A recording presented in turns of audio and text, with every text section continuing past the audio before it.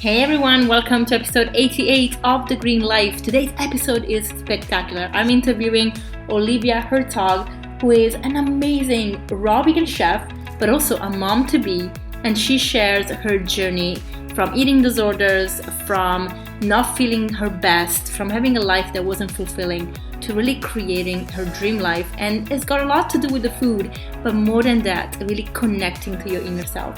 I love my conversation with Olivia because it really goes into a much more multi-dimensional aspect, and we are humans with multi-dimensional aspects too. We are souls living this very physical experience right now, but we need to understand where we come from in order to get healthy. And I love the way that Olivia shares her wisdom, her experiences, and her knowledge.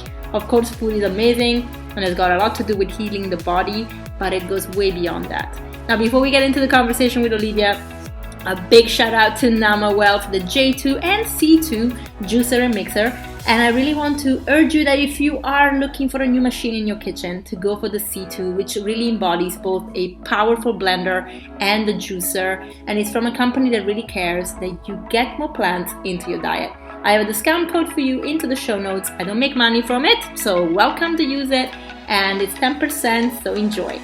But I am an associate and affiliate of Dr. Morse's herbs, and I really, really love using them. So if you are looking to cleanse your body, to work with someone that knows how to detox by helping the body do its job and using the herbs in the process, feel free to talk to me. But also get the herbs from the link below, because that really supports my show.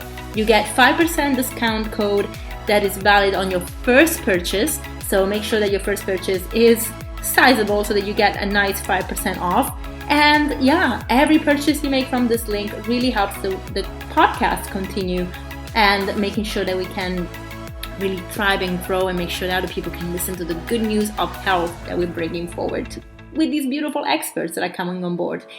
And also I have my links to my website, so working with me if you want to, or my retreat here in northern Portugal on my farm, where you're welcome to come as a guest, but also as a practitioner. We're looking for 2024 practitioners to come on and really experience what this green life is all about on Ecodharma Village. All right, guys, without further ado, let's get into this conversation with my beautiful guest, Olivia. Let's get into raw food. Hi, Olivia. Thank you so much for joining me for The Green Life. How are you today? Good. I'm excited to be here. Thank you for having me. I'm doing great. My absolute pleasure. I've been following you for a while, and I got to know you actually through Perry, the plant master, because he worked with your husband and you to do those very cool, funny videos to promote raw food. And that's how it all started. And then for a little while, I also joined your community, which I really find you curated so well. But before we get into all your work and the beautiful things that you do, I would love for my audience, if they don't know you already, to find out about your journey and how you got into the space of healthy living and food and really balancing out this lifestyle with plants. Cool. Yeah, man, it's a journey. It's a journey I could write a book about. But it started about eight or 9 years ago. I had a history of disordered eating, being pretty disconnected from myself, trying to heal my relationship with food and my relationship with self through a sort of standard American diet, and finding that didn't work. It never worked despite all my attempts. And at around that time, I met someone who was vegan, and that was the first person that I'd ever met who was vegan. It was the first time I'd ever heard that term. And so she introduced me to the idea of not eating animals and their byproducts. And I thought, hey, that makes a lot of sense. And so I pretty quickly decided that I was going to go vegan. And it was a couple months of just sort of swapping out all of my regular, burgers with veggie burgers. And, so I didn't notice much of a change, honestly, and mentally how I felt, or spiritually how connected I was, or physically. So I wasn't super stoked on that, but still continuing on with it. And then a little while after that, I was over at her house, and she had the 80-10-10 book by Dr. Doug Graham. So a raw food book for those who don't know. And so I asked if I could borrow it. I took it home and I read it, and I thought, oh, no, this is it. Like, this actually makes sense. Like, actually eating real food, right? Not just Impossible burgers or vegan chicken nuggets or whatever I was eating at the time. That it was just more ultra processed food, right? Even if it didn't have the animal products in it, it was by no means healthy, nutritious food. So I started incorporating lots and lots and lots of fruit. And that took me down a journey of eventually deciding that I was no longer going to be on the career path I was on. I was going to move into a raw vegan community in Hawaii. I was going to heal physically, emotionally, spiritually. And then I went to Thailand, and then I went to another raw vegan community in South America. And I learned how to prepare beautiful raw vegan cuisine, which led me to being a raw vegan chef, traveling around the US. I mean, it's a whole journey, right?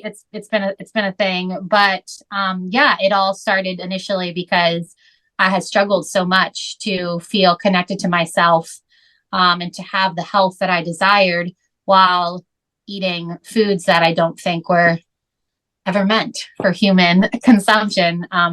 So that's sort of the short of it.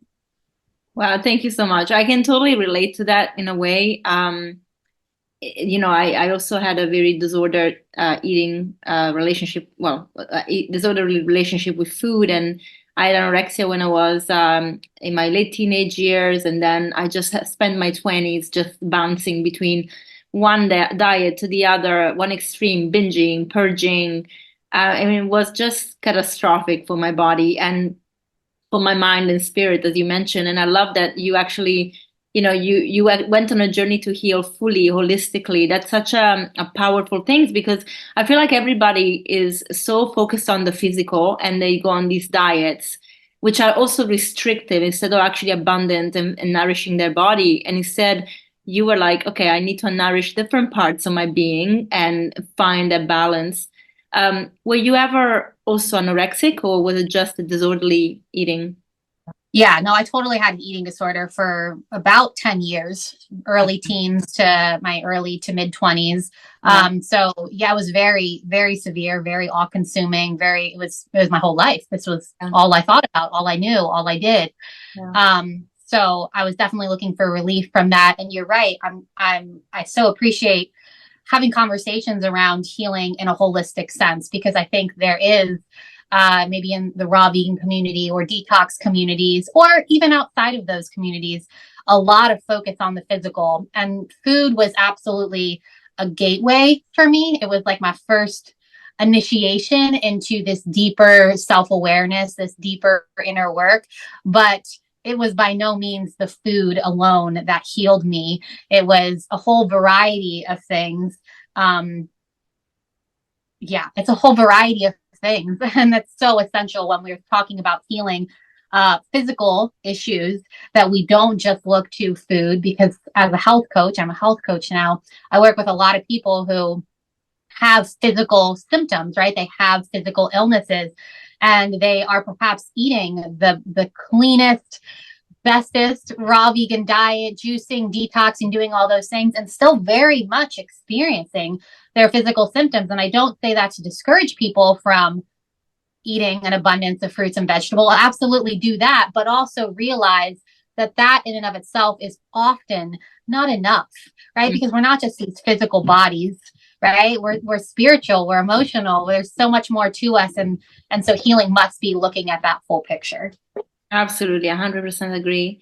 And I heard you say very mindful things about lifestyle, and I think this comes obviously with coaching different people. And you just mentioned it now. You can't just do the perfect diet or what you think is the perfect diet and not tackle other things, but you also are very balanced, because a lot of the people that get into this lifestyle, especially when we get towards the raw, it's not just about the physical, but it's also very, very dogmatic in a way. Sometimes it's like, if you are raw, you have to be fully raw, and you can't have space for different things. And our bodies change, and sometimes they just require and ask for different elements. And I think you you really went into this on another interview as well, which I really appreciated, because obviously you make amazing raw food, but you also you also are open to, you know, different approaches if needed. So I'd like you to just walk me through. Obviously, you read the 80-10-10. You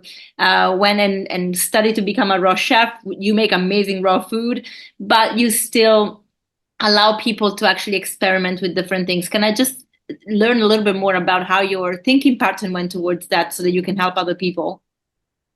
Yeah, I think over the years, again, like observing my own journey and working with other people, I started to realize that health is not a very specific thing that we do, right? And people, whether you're in the raw vegan community or a carnivore diet, or I mean, the whole spectrum of things, we have this idea that if I do this thing, I will be healthy, right? The health is in the thing. The health is in the fruit. The health is in the smoothies. The health is in the juice. The health is in going to the gym 5 times a week. And it's not. Health is connection to self. Health is knowing ourselves, and disease is disconnection from self. And so it's not doing a perfect raw vegan diet that will heal a person. It's a person knowing themselves, being aware of what it is they truly need.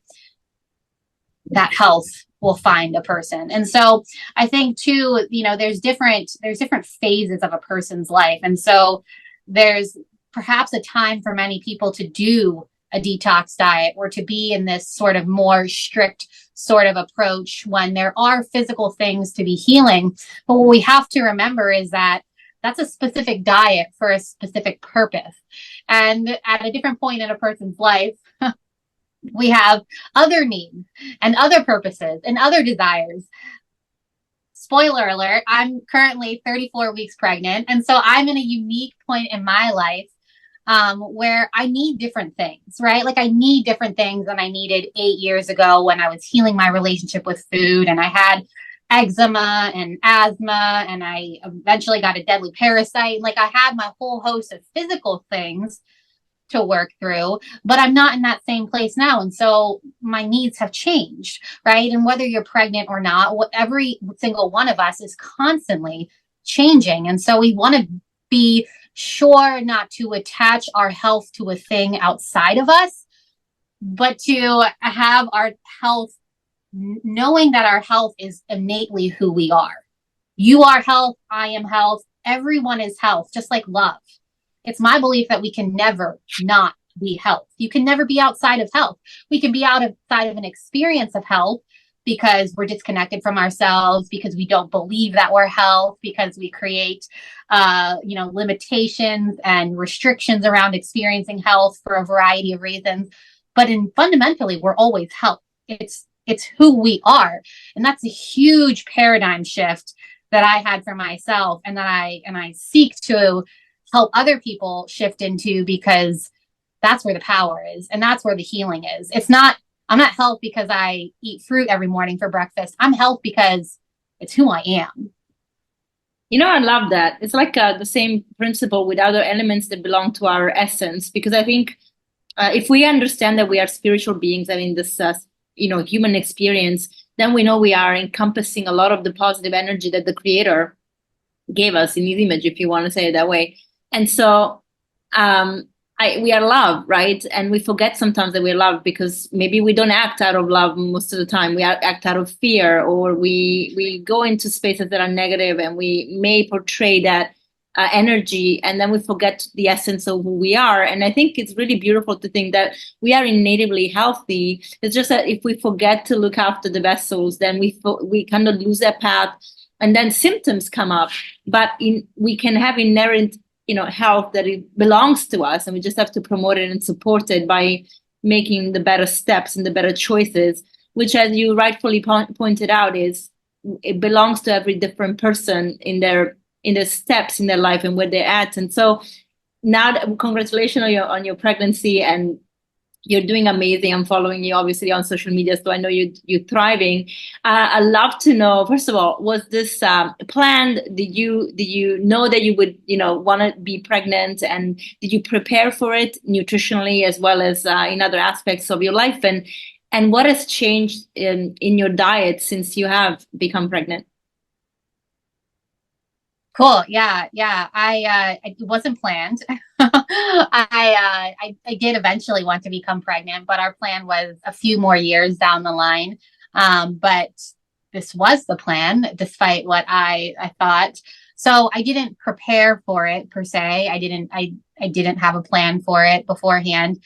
But in another sense, I've been preparing for it for many years, right? Through, again, the diet that I've been having, the inner work that I've been doing, the ways I've been moving my body through all sorts of different things. I have prepared myself, I think, to be at this point where I could conceive so easily. And so I feel super, super grateful for that. As far as how my diet has changed, I think that being pregnant has allowed me to practice that connection with myself in a bigger way than ever. I feel like, for me, I've had a lot of food aversions. It's been not better at this point for sure. But for the first 5, 6 months, there was just a lot of things that really grossed me out or were really unappealing. And so it was really an opportunity to look inward and say, well, what do I want? What feels good? Like, all dogma, all rules, all concepts aside, what sounds appealing to me? What do I want? And noticing that fruit was always a thing that I came back to, that I always wanted, but also some other things that I hadn't eaten as much of before, like rice being one, just like a random thing, just feeling like I really want to just like bland foods for a certain period of time. So my diet was like fruit and smoothies during the day, and then just like a plain bowl of rice at night, which is like not something that I would normally do or wouldn't sound very exciting, but it was exciting, and it was really powerful to just completely surrender into paying attention to what I wanted or what I could stomach, and trusting that, again, I am health despite my choices, right? It's true that a bowl of plain white rice is not as nutritionally complete or abundant as a big salad, which is what I would normally have, but I couldn't stomach the big salad. That grossed me out. And so, but could I trust that in this phase of life, while I couldn't stomach the salad and it wasn't appealing, that I could eat a bowl of rice and know that I am health and my baby is healthy and I'm getting everything I need.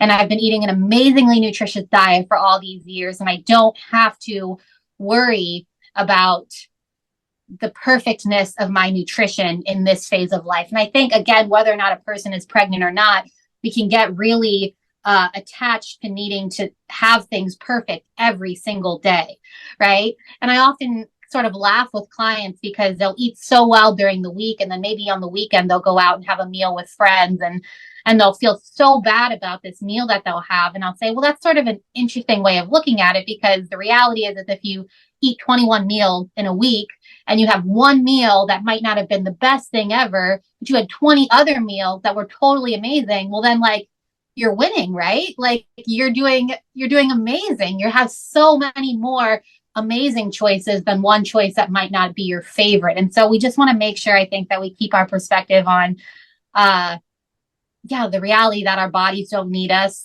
to be perfect in all ways at all times, and that we can trust ourselves. We can deeply trust ourselves, because we are health. And yeah, so that's been sort of an exciting experience to have while being pregnant. That's beautiful. Do you take any supplements, or do you just do it all with food? I don't know if you do any prenatals.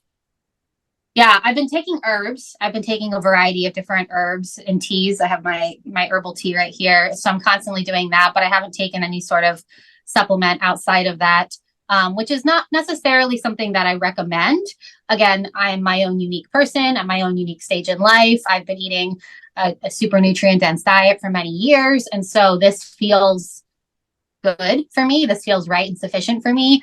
But I say that not to necessarily encourage other people to do the same.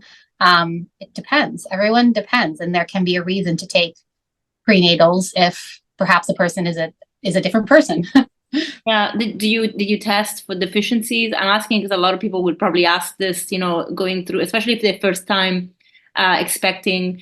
There's a lot of apprehension, I guess, for a lot of people when it comes to growing a human. And And of course, we talk about in the raw, especially in the vegan community in general, but in the raw too, there are, many camps that are like absolutely no supplements, and then the ones that are like, supplements is better. Where do you? I mean, I know that you're very accommodating of what people think is best for them, and you will advise that they check. But I was wondering if you have checked for any deficiencies, or if you're just trusting as you go with it. Yeah, just trusting, just paying attention. Just again, and again, that's a reflection of a lot of years and inner work that I've done, really paying attention to my body, really paying attention to how I feel. And I have no signs of anything that a person might experience. Like I feel great. And you're right. Other people think that that's not sufficient, that the way that I feel is not a sufficient indicator for how I'm truly doing. But I think it is, because again, I choose to trust. I choose to know myself, and I choose to trust. And I think this outsourcing of how we're doing or how our babies are doing to doctors or anyone outside of ourselves is a reflection of us being disconnected from ourselves and not trusting ourselves. And I want us to take our power back, right? And in whatever way. And so I sort of fall in the middle of the camps between, no supplementing or take the supplements. I think it depends. I'm not anti-supplementing. I just will do it when I need it, and I won't do it when I don't feel that I need it. And I think that that's a choice that everybody needs to make for themselves. Yeah, and are you focused on gut health? Because obviously, when we talk about nutrients, the way that we absorb is equally as important as what we eat, right? So, have you worked on your gut health for many years that you feel like actually you are in a place where you're definitely absorbing your nutrients and you don't have to worry about? Yeah, absolutely. I mean, I went through a pretty strict moment of my life when I was really focused on gut health, when I had that parasite that I mentioned earlier, which was destroying my gut, and my gut health was already a wreck because of all the years of my eating disorder. And so, yeah, I have done a lot of work on removing old weight to my gut, and then building a really healthy gut flora through a wide variety of plants over the years. And so I feel really confident that I am getting the nutrition, the most out of the things that I eat, because I've done so much work on my gut. But you're right. If a person hasn't done that, then it could be absolutely wise to supplement with things in order to uh, help if you're not absorbing everything. Yeah, I can I ask you about the parasite? And the reason I'm asking you is because in allopathy, the doctors don't necessarily ever even consider parasites. Now, you said you had a pretty intense one, but generally, we all exposed to them, especially if we have pets. And a parasite cleanse is actually very well advised at least twice a year for anybody that has animals or lives in a farm and so on. Like I do both. I have animals and live on a farm, so I definitely I really take care of it. And I've started doing this since I was in London, even in the city. When I learned about it. And as I'm starting to become a naturopathic doctor, I'm like, this is actually so important to make sure that your body is not being, overtaken. Now, of course, parasites are part of our, ecosystem in a way. They are part of just like good bacteria and bad bacteria. You will have parasites, we have viruses, we have like other kind of forms of microorganisms that will live inside our body, but our paying attention to them is really important, because obviously we don't want them to take over. And diet is very important because they thrive on junk food. They don't necessarily love an alkaline environment, which comes with eating the right foods. But sometimes there are people that perhaps travel to places that are more exotic, and they can pick up a parasite that is very different to what they used to, and that can be one of the times where actually, oh my gosh, what's happening here? So I'd love to know more about your experience with that. Where did you pick it up? What kind of parasites was it, and how did you deal with it? Yeah, yeah. I totally resonate with all that. When I talk about parasites, I think there is a lot of parasite fear out there. And you're right, they're totally natural, and many of them are not harmful. But I am one of the cases of a person who traveled abroad. I was studying abroad in Israel, and I drank water I was told not to drink, just because I wasn't worried about it, and eating fruit off the ground, and doing a wide variety of things that I was just young and unafraid of doing. And I ended up getting a parasite, which was like it was a very immediate and drastic change in my health. I noticed a bulge in my abdomen where the parasite lived. Like you could visibly see a bulge where the parasite was. I broke out in a crazy rash that was unbearable. I really struggled to go to school. I was in school at the time, in grad school, go to work. Super crazy fatigue. Like it just completely changed my energy levels. And so it was very clear that I had something that was a foreign invader that was absolutely taking my energy and my life force from me. And so I went to the hospital actually at that time because I didn't know what was going on, and was essentially told there was nothing wrong. They couldn't find anything, and it was just in my head.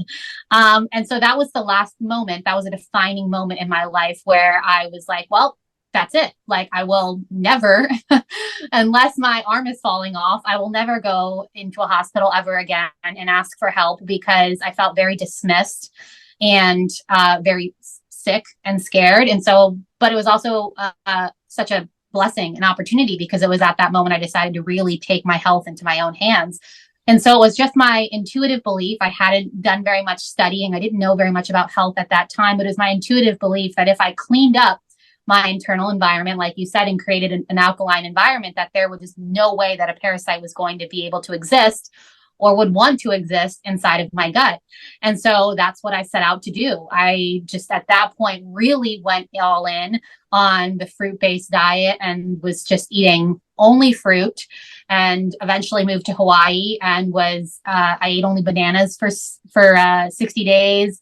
I was taking a bunch of different herbs, the herbs plus the bananas, doing a lot of intermittent fasting, just eating in a very small window of the day, resting a ton, and really trusting that, as I cleaned up my internal terrain, that parasite was going to go. And a few weeks or so up until the parasite did purge itself, I started to feel it sort of moving around, like it was like getting agitated, like it was like loosening its grip on whatever it was holding on to inside of me. And one night, again, I was living in Hawaii in the jungle. I just woke up and just had to use the bathroom. And so I ran outside, and 2 a.m., didn't really know what was going on. So I wasn't fully awake, used the bathroom and came back inside. And in the morning when I woke up, I knew the parasite was gone. I knew I had passed it. I felt like a completely different person. And so I never found out exactly what parasite it was. I never saw it. It was never confirmed that I had a parasite because I was told I didn't. But my entire experience was very much one of having a parasite. And so, it was through that process that I really healed my gut, really cleaned it out, really cleansed it, and then spent the next however many years up until now, rebuilding a healthy gut microbiome. And so it's my belief now that if I drank that same water or ate that same fruit that I did in Israel, I would not get a parasite, that my body would be able to deal with it because it's so much more alkaline and so much more resilient than it was all those years later. And so I think that's an important thing to talk about too when we're talking about parasites, is they're not a thing to be feared. And if we are strong and our gut health is, bolsterous and resilient, then parasites can't live there. They're not for them. Yeah, I mean, there will be probably in some cases there might be an acute reaction to this foreign body coming in, and you'll feel it. But ultimately, if you are in a space where your body is healthy and able to deal with it, yeah, you should be able to. In naturopathy, obviously, we try and limit the exposure to, or not the exposure, but so much, but limit the how we react to things by making sure that we are in a healthy space. Like sure, don't drink dirty water if you can help it. Those things can cause issues. But yeah, ultimately the terrain theory is much more powerful than the germ theory. But it's interesting that when you went to the hospital, they dismissed you completely because, first of all, did they even run any tests to see, like a stool test, or, did they do a colonoscopy? Like, did they ask for did they suggest anything? No, I honestly can't remember exactly what what tests they ran at that time. We didn't do stool. We didn't do a colonoscopy. I know they did blood work. I don't remember what else they did. It very much felt just very dismissive. I don't know how else to explain that. I was this young 20-some-year-old who just, I don't know, needed attention or had a stomach ache. And so just like came into the ER. And it's a tough situation. You know, I have sympathy and compassion for that system and all the overworking that nurses and doctors experience there, and the reality that people do come in sometimes for attention or for needs that aren't great. And it's just, I mean, it's a whole thing. But I was a person with a great need and something that was truly wrong and wasn't helped and wasn't even told that what I was experiencing was real. But again, what an opportunity, because it opened up the door for me to take all my power back. Yeah, you're not the only one that actually mentions this in this in this scenario. Like so many people, especially people that are told they have autoimmune diseases, and they're like, well, it's all in your head. And autoimmune now is basically used by the allopathic world as, we don't know what it is. It's your body killing you. I'm like, what? So, but they're told we can't do anything, like, and sometimes they are told it's in your head, and it's just not only dismissive, but also disempowering until people take their power back, because you're almost blaming the person for not feeling well. And that's just not really the right way about it. And of course, if you then don't give them solution about, okay, what's your lifestyle like? And well, sorry, what they're really trying to say is, we don't have a drug for this, so we can't deal with this. Instead of being like, let's look at the other aspects. This is the most frustrating things about the modern medicine, which, again, I think when it comes to emergency medicine, they are fabulous. Like if you cut an arm or whatever, you have an accident, sure, you're not going to fix it with kale. You're going to have to go to the hospital. But it's just so frustrating when it comes to chronic ailments, and when it comes to us having real issues that are perhaps even congenital, or they are perhaps even ancestral, like our parents may have had and then transmitted to us. Like there's epigenetics that is in place. Nobody talks about it. Nobody knows how to deal with it unless you go to the alternative, in brackets, world. And then you're told that alternative world is not medicine. And it's like, we are so on the upside down right now. It's really frustrating. So people like you are really important, because I think we're bringing forward a truth that is, it stands the test of time. Like medicine was all about what we're eating and the plants that we're using coming from nature. I mean, drugs are made from plants. It's just that they take the biochemicals and then they add, different compounds that are chemically, like, made in a lab so that they can patent them, not because they actually care that, it works or not. It's just they can't patent nature. So they're like, we have to make it so we can patent it. It's a very interesting thing. A lot of people don't even know this. It's very, very, it's something to go down the rabbit hole for, but not everybody wants to. So in terms of your journey into this pregnancy, so obviously you had some aversions. How are you doing now with the food, and have you been able to implement different things that you were eating before and you're happier with now? Yeah. At this point, I do feel mostly back to my old way of eating. I've been able to incorporate salads again. Tahini has always been my favorite source of fat that I would just dump on all my salads, which I was super repulsed by for a long time. So I'm able to eat that again. And so I do feel like, yeah, at this stage, I've mostly recovered my appetite again, which feels really good. It just feels good because, again, I don't have to eat the way that I eat, because if I don't, I'll be unhealthy. But I eat the way that I eat because I find so much joy in it. It's so delicious. It makes me feel so good. My mental health is so great. I mean, there's so many things that that are reasons that I do it, not because I have to, but because I want to. And so it was sad to feel like I couldn't eat in the way that I wanted to eat. But again, just knowing that it was a temporary moment that was going to pass, and that I could trust that my body was going to be just fine eating what it could eat during that period of time. So Fantastic. And what is your thoughts about what are your thoughts about oil actually? Because you mentioned tahini being your your main source of fat. And again, in the raw space as well as the vegan space, we have some different camps, people that do oils and people that avoid them completely. What's your take on it? I'm gonna be this middle of the road person in almost like every scenario where I don't incorporate oils in my diet for the most part. There was many years I didn't eat any oils at all. But I also don't think they're altogether bad. I know a lot of raw restaurants, at least here in the US, they use a lot of coconut oil in raw desserts. Like you go to get a raw vegan cheesecake and there's coconut oil in it, or that's a popular thing. And I say, okay, like enjoy. I mean, I don't personally feel good eating coconut oil on a daily basis, but if it's like a fun treat, I think that's a great idea. Or things like flax oil, perhaps, which is really, I mean, flax, I eat lots of flax, lots of chia, really good for those omega-3s. I know people who eat flax oil for that reason, and I think that makes sense and that can be a great idea. And so I don't think it's an either absolute yes or an absolute no. I think we just have to, again, connect with ourselves, ask ourselves, how does it feel in my body? Is this valuable for me because of this nutrition that it's offering me, or what? Yeah, or not. Yeah. You mentioned mental health being better since when you eat the food that make you happy, bring you joy.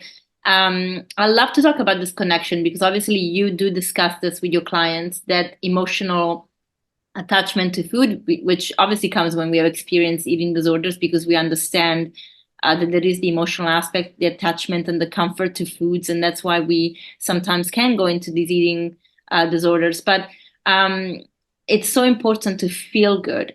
And there is two ways. One, food can become a comfort. The other one is food can make us feel good or bad. So if I can ask you just to take me through your journey with the emotional the emotional attachment to food, but also how do you tackle this conversation with your clients when they come to you and they're like, I really just need comfort, and can I get it with eating a healthy diet, for example? Totally. Yeah. It's a really good question. So I always feel to ask myself first and then others, what's the deeper need that's there? Right. So those of us who've had eating disorders, I hope we all know that it's never about the food, right? Like it was just our quote poison of choice. It could have been alcohol. It could have been drugs. It could have been shopping. It could have been anything. And so food is just the choice, but it's never really about those things. It's this deeper need that exists, a need to feel seen, a need to be known, a need to, all kinds of different needs that a person has. And so when a person comes to me and struggling with food, I ask, well, what's the need there, right? Like when you find yourself binging on chips every night after work, why? Right? Like, is there something that happened at work, a way that your boss talked to you? Is there a loneliness you're experiencing because of the ending of that partnership that you were in? Is there a feeling of emptiness around the purposefulness of your life? That's a huge component of, I think, health that we're not talking about enough. Is this spiritual emptiness, this sense of meaninglessness that a lot of people experience in our modern world, which is we're just going to work and we're watching Netflix at night. And it's just sort of this really unfulfilling experience for a lot of people. And so we feel that, even if we can't articulate that, we feel that on some level, life is not being experienced as it's meant to be experienced. We're not in community with people. We don't feel seen and loved and known. And so it's a whole variety of different things. And so what is it for you, right? Like, what is it for a person when they're finding themselves binging on food? What's the deeper need there? And how can we go about meeting that need? Is it a career change? Is it a partnership change? Is it a move to a different part of the world or a different city? Those are oftentimes actually, I think, the solutions. And it has nothing to do with food at all. It actually has something to do with something altogether different. So that's a lot of where I start. And then the other part is I think there's a lot of negativity around the idea of emotional eating. And I don't completely resonate with that either. I think that it's okay to eat emotionally, right? I think that, of course, we don't want to do it in a way that's out of control, like an eating disorder, right? Where you feel your big feelings and you just stuff them all down with donuts. But it's also okay to feel sad and sit down with a bowl of banana ice cream and just, eat a bowl of banana ice cream and watch a movie. Like sometimes life is hard and it's confusing, and we lose people, and we grieve experiences. And so I think that we don't want emotional eating to become this thing that is out of control, but at the same time, we don't want it to be this thing that we beat ourselves up for choosing, because it's a valid form of comfort, because we all do need comfort sometimes. Yeah, I think on this point, the thing is that a lot of people associate emotional eating with making bad food choices. Like you mentioned, it's fine to have an ice cream and sit and watch a movie, and that's perfectly legitimate. And I think it's actually a brilliant idea. But a lot of the times, what we do is that when we are feeling sad, because movies portray that, right? We go for the unhealthiest, biggest tub of ice cream that is full of dairy and pus, and sugar, and we try to get that dopamine hit from the food. So it becomes also not just emotional, but becomes actually biochemical. And so we can get obviously we can get addicted to the biochemical reaction that happens when we're having certain foods. And in that case, I think that's where the food addictions and the emotional eating becomes a negative connotation. But I think you're right. It is, if you are feeling like you need something to just help you fill a void for that moment in time and then deal with where that void comes from. But that takes awareness, right? And a lot of people don't have it. And so I think this is the thing, like working with you, being in your community, is that they get the support. And so that is that discussion about, hey, why are you feeling this way? Like, okay, right now you need it, just have it, but then let's talk about it. And that's not always the case, right? People they feel alone. And sometimes, I know for me, it was like, I didn't feel like anybody could relate to me. So the food became my best friend. And I was like, you know what? I can't talk about this with people, so I'm just gonna stuff my face. And of course, I didn't make good choices. I made the most horrible choices, and it became also a biochemical addiction, which was really hard to break. And it had consequences. So I think, obviously it's a much broader discussion, but I think you're right. Like, if emotions in eating are important, because there's also the joyful part. Like, I'm loving my food. That's an emotion, right? Right. Yeah. Yeah. We eat at parties, we eat at birthday parties, we eat at holidays, like there's a lot of really good reasons to eat. And I think that we've been doing that as humans for a very long time. And it's working against our nature to think that we should sever emotions from eating, whether positive or negative, or however we want to label those emotions. It's all a part of being human. We just want to do it with awareness, like you said. Like, that's the key, is like, okay, I'm going to eat this from a place of sadness or depression in this moment, and I'm not going to beat myself up for it. And then I'm going to get up tomorrow morning and I'm going to deal with what's really going on, right? Or whatever the thing is, and allowing that to be a totally permissible choice. Yeah, I agree. So if I can go back to when you started with your anorexia, with your eating disorders, did you ever go back and understand the root cause of it? Why did it start for you? Yeah. I feel for me, it was definitely this, what I talk about, health being connection to self, disease being disconnection from self. It felt very much like I didn't know who I was. I was expected to be a certain type of person. I was expected to fit into this image, which, I say this with the greatest love and appreciation for my parents and for the way that I was brought up. They knew the best that they knew, but I was expected to be someone. I was expected to believe a certain set of rules and religion, and it didn't feel safe for me to explore who I truly was. I didn't know who I truly was. I was expected to be a certain type of person, and that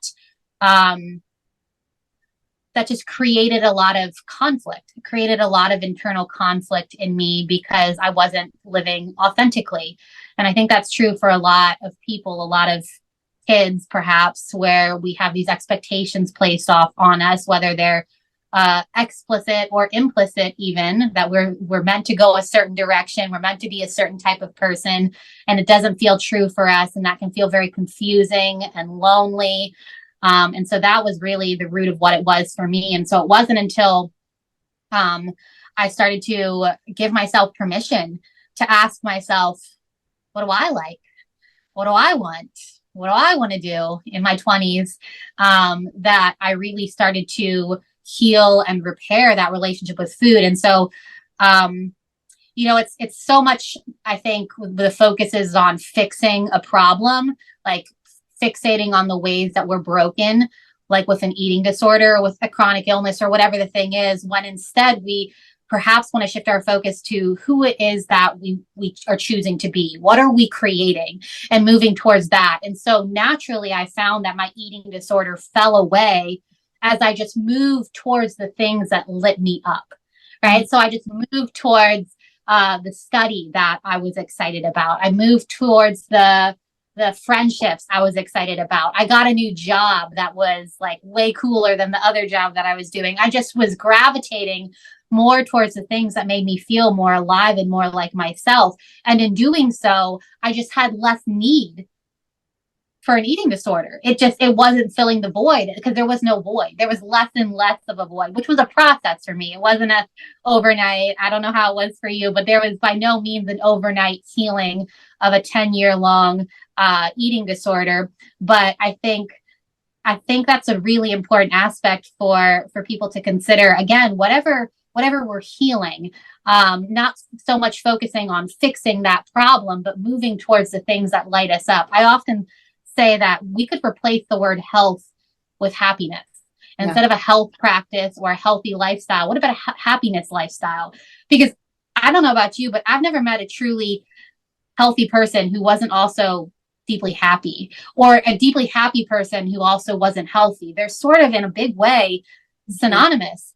And so what lights you up? What makes you feel excited? What do you love to do? What's true for you? Is it dancing? Is it music? Is it basketball? Is it whatever the thing is for you? Moving towards those things will improve your health. I think that so much of our modern world is disconnecting us, and so many young people, myself included, choose the path that is expected of them, or they choose the path that's secure, right? Go be a lawyer, because that's way more of a secure decision, financially secure decision, than being an artist. Well, what if who you are is an artist, right? What if your soul is an artist and a painter? That choosing to be a lawyer instead of a painter is a disconnection from self that I do believe will ultimately manifest in some form of disease. And so we want to be moving towards the things that are true for us, that truly light us up. And in doing so, our health will improve. Totally. I love that. It took me years as well. It took me a long time. I mean, I probably am still healing from even body dysmorphia, which is something that I had to deal with, and I still do. And because of my awareness, I can manage it, because there are days that I'm like, I look at myself in the mirror and I see something that is not there. And I have to really bring myself back to reality. It's funny how your mind can play tricks, especially when you lived the majority of your life thinking of yourself in a certain way.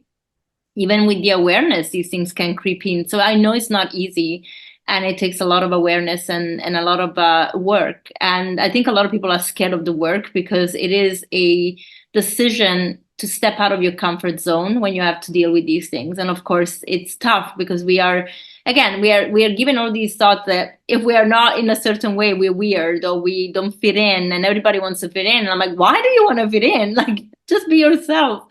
And so it's a tough conversation. And this is why, again, why our work is so important. The work that you do in your community is so important. While I see everybody responding positively in your community, that's why I was saying at the beginning, you curated a program that truly, I feel, helps people, because it feels like a safe space. It feels like there's no judgment for everybody that is there. They're actually getting a lot of support.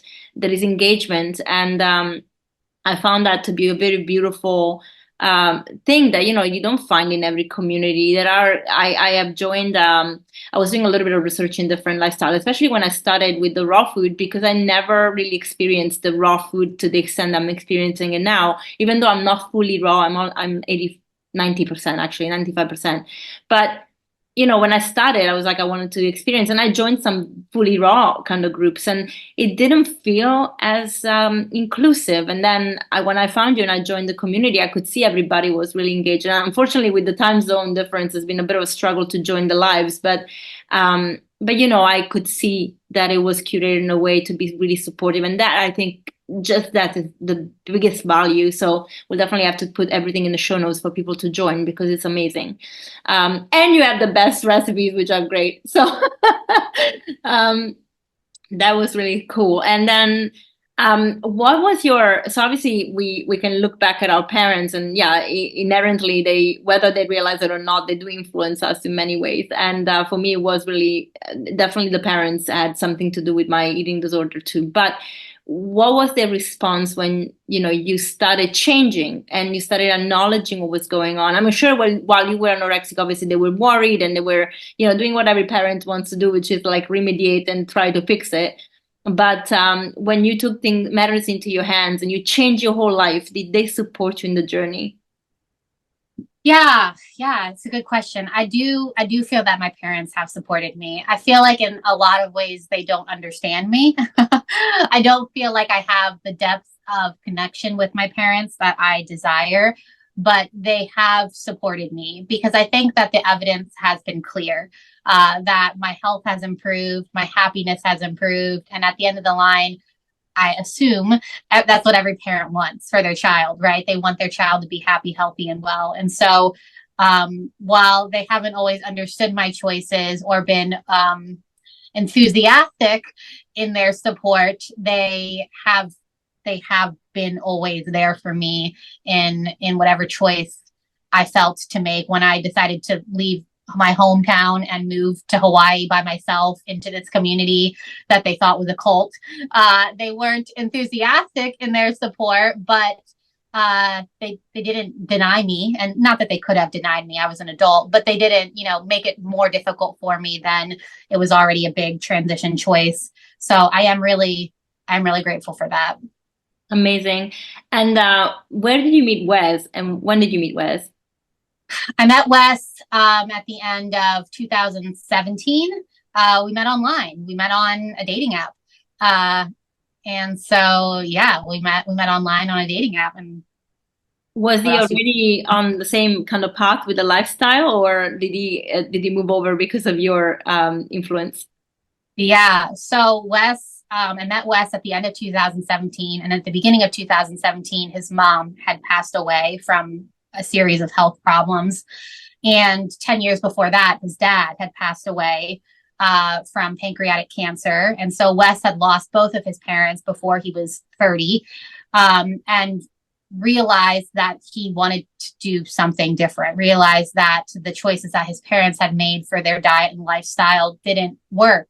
And so when I met him, he was very interested in a plant-based diet. He wasn't eating a plant-based vegan diet at that time because he just didn't know how. He didn't have the support. He didn't know how to transition, but he was interested in it. Little did he know that he was meeting someone that at the time was fully raw vegan diet. And so I sort of pretty quickly transitioned him. He did it on his own. We did it together, but he took the initiative for sure to a raw vegan diet and was very open about it, very much embraced it, and continues to, it's 6 years later, and continues to just get healthier and stronger all the time. He runs like 100+ miles a month and hikes, and it's just super, super strong and super fit, and really a really cool testament to the potential for athletics eating. He doesn't eat a fully raw vegan diet either, but mostly tons of fruit. And so, yeah, I'm really grateful that he was always open to it. And I'm just happy that his health is so great and that he will be able to live a longer, healthier life his parents were able to. Yeah. Oh my God, this is such a. I'm very sad to lose your parents like that, but definitely so beautiful to see that he learned a lesson and wanted to do something different, especially as you guys are, at the dawn of becoming parents yourselves. So you're gonna be such big examples for this new life, and it's gonna be beautiful to see, this new generation coming through that is gonna be much more mindful and aware, and really these spirits that come into families like you and your husband is they're lucky because they really start ahead. Like I feel like I wish I could come back and have that family, sometimes. Yeah. But yeah, it's beautiful to see. And of course, when did you guys have the funniest videos? I mean, they are so good. And when did this creative idea came about to do this educational material, but in a funny, ironic, and humorous way? Yeah, that's all Wes. I can't take any credit for that. That really started, like you said, with Perry. We call him PJ. When he was here, last year, making his barbecue course. And we are such big fans of him. He makes amazing food as Yeah. well. And Wes is the videographer, and they sort of brainstormed how are they best going to market this course. And Wes realized that humor was the way, right? Like everyone wanted to watch something funny. And we sort of collectively, him and I, feel that there's just a lot of, like you said earlier, dogma, a lot of seriousness, a lot of severity around health that doesn't actually feel healthy to me. And so we sort of choose intentionally to bring this more lighthearted, joyful approach to health, where it's like it's just fun and it's silly and we don't have to take things so seriously, and let's eat these beautiful raw food dishes, plant-based dishes, because they make us feel really good rather than like we have to or we're going to be sick and die. Like it's very different perspective to live in. And so that sort of started last year when he was doing the course. And we just recently, I don't know if you saw the one we posted a couple days ago, a new one. It's pretty funny. It's got a bit of attention. We sort of have decided that we're going to make that a more regular thing that we're doing, because we just, again, feel that sort of lighthearted, fun approach to health and raw food is sort of a missing link, I think, that could be filled. Totally. I haven't watched the last one. The algorithm has been really annoying. Every account that I follow, it's not coming up for me. And so if, for the listeners, especially with all your links below, I think the best thing to do is to check in regularly, especially on YouTube, because you post everything on YouTube as well, to like really be aware that things are there, because it's really impossible. Like right now, the algorithm is not favorable to, creative accounts. They really just go for all trash and paid accounts, of course. So wonder who manages these things. So yeah, and we almost out of time, and I don't want to take too much of your time, but I'd love to end with a little bit of a little bit of information about the work that you do. I've obviously mentioned quite a bit about what my experience was with it, but I love for you to share everything that people can come and join you for, and how they can support you, about your retreats. Your retreats look amazing. So if you can share a little bit of that. Cool. Yeah. Thank you. Yeah. So I have my community, like you said. My community is sort of my everything, my support group. We have daily chat rooms. I have all my recipes there. I do group coaching there. We do book clubs on health and mindset and wellness. And so that's a really special thing to me. In addition to that, I do one-on-one coaching as well, specifically mindset coaching, because I feel that's a big aspect. At my coaching program is titled Health is Your Identity. And so it's really sort of stepping into this idea that health is who we are, like I talked about initially, and that being a really, really important concept to understand as we're working to improving our health, because so long as we identify as a sick person, we will continue to experience sickness. And so doing the subconscious work to change our minds to understanding that health is who we are was hugely life-changing for me. And so that's a lot of what I do with people as well. And then, yeah, retreats are my other big thing. I host several retreats every year. We have a bunch already on the schedule for next year. We like to host most of them. We do different ones. We like to host most of them at our own home. We live here in Pennsylvania, central Pennsylvania, which is just really, really special to invite people into our home, onto our property, and to host these weekend long raw food and health retreats, which are just, yeah, super special. I mean, it's my feeling that, as I do this community thing, it's a beautiful thing to be able to connect with people online and to offer support with people all over the world. But I wouldn't feel good about doing that work if I didn't also create opportunities for in-person connection and experiences, because it's most human. It's most human for us to be with one another, to sit around a campfire and laugh and cry and talk deeply about the things that really matter, to eat nourishing food together, to go on hikes, to play games, to do saunas, to do lots of healthy things together. And so the retreats are really important to me, and a thing I see myself doing for a long time coming. So I have those group retreats, and then I also do private retreats as well. My husband and I run private retreats where we invite people again into our home to have the experience that they need, whether it's a mom who's working through burnout and needs a week of raw food and rest and sleep and, nourishment, or it's someone who wants to come learn how to transition their diet. There's just nothing quite like that in-person experience, which I think is definitely something that our increasingly online world and lives need. So that's what I do. That's amazing. We have a space here in Portugal where in summer we can run retreats. So hopefully one day we will have you here to have some international retreats for us folks that are in Europe. Actually, I have my big calendar over here on the wall, and there is a Portugal retreat that I'm planning to host with someone next year. I don't have it officially on the schedule because I'm sort of waiting for the baby to come and to figure out that. But the tentative plan is to actually have our first retreat overseas in Portugal next fall. So amazing. We'll definitely have to meet up in person when you're here, and then you should come and check and visit us so you can also see the space. And I'm sure this is how it all happens. When we all connect together, it all happens. The magic always happens. And now that the baby's coming, do you think you'll have programs for moms as well? Are you thinking about that? I sure am thinking about that. Yeah. Again, looking at my calendar, I have a little sticky note on there for sort of creating a course on pregnancy and birth. I'm planning a home birth with just me and my husband. And I have gone through this pregnancy without any medical intervention.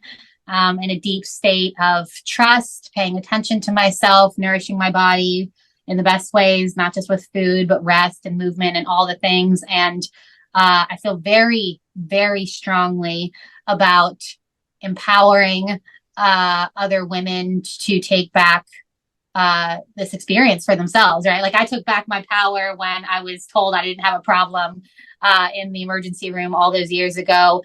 I think that the way that we practice pregnancy and birth is very much outsourcing our power to the detriment of women and our babies. And there's a lot of trauma. There's a lot of health issues that I think people live with for the entirety of their lives because of the way that we're brought into this world. And so it's a thing.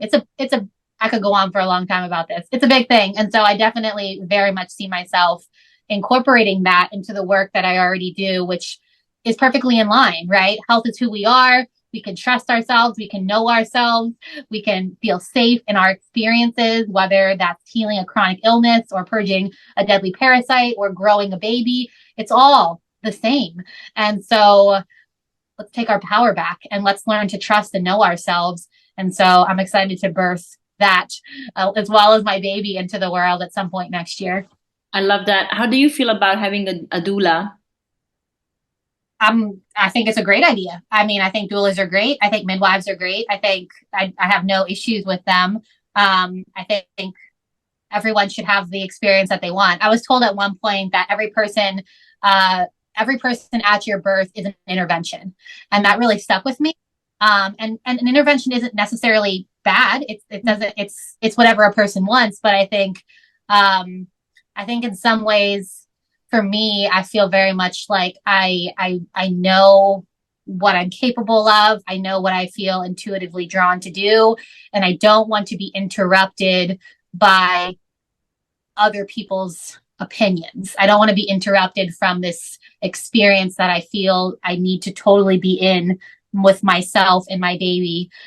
So that's my personal feeling. But I think doulas are amazing, and I know some that I really love. And honestly, if they lived close to me, I would have them here with me. So yeah. That is amazing. As you were talking about the future, I would say I also would love to invite you back later on to talk about this feminine power to take back. This is the kind of work I'm doing for women, but of course, I didn't birth a human child, so I don't have that experience. But I would love to discuss this with you in another episode, because I feel like it's, as you said, it's very important, much needed, and to help women take that power back, because it's really being stripped away by a very patriarchal society. And then the medical system, when even comes about our innate, instinct to give birth, like that's something we just can do. So I'd love to talk to you about that in a later episode. And yeah, I'm really looking forward to seeing how you continue to thrive and inspire others. And I'm really grateful you made the time for me today. Thank you so much. Cool. Yeah, I'd love to talk about that some more and be on again. And yeah, thank you for having me. It was a great conversation. Yeah, thank you. Anytime. See you soon. All right, bye. Olivia. Thank you so much, Olivia, and thank you everyone for staying on for this conversation. I hope you found it helpful and wonderful as I did. I hope the conversation was clear and loud, because we had a bit of a situation outside the office, and as much as I worked to take the background noise off, it's not perfect, but I hope that you could hear us okay. So if you want to work with Olivia and learn more about her, go into the show notes. I've linked everything there for you, and she also has an amazing raw vegan food course, which is spectacular. Her community is great. I've experienced it myself, so I can really vouch for it. And so yeah, enjoy working with Olivia, following her on Instagram and all the social media platforms that you are on. And guys, as always, I'll see you next time. Make sure that you review, share, give us feedback, help us grow. Bye.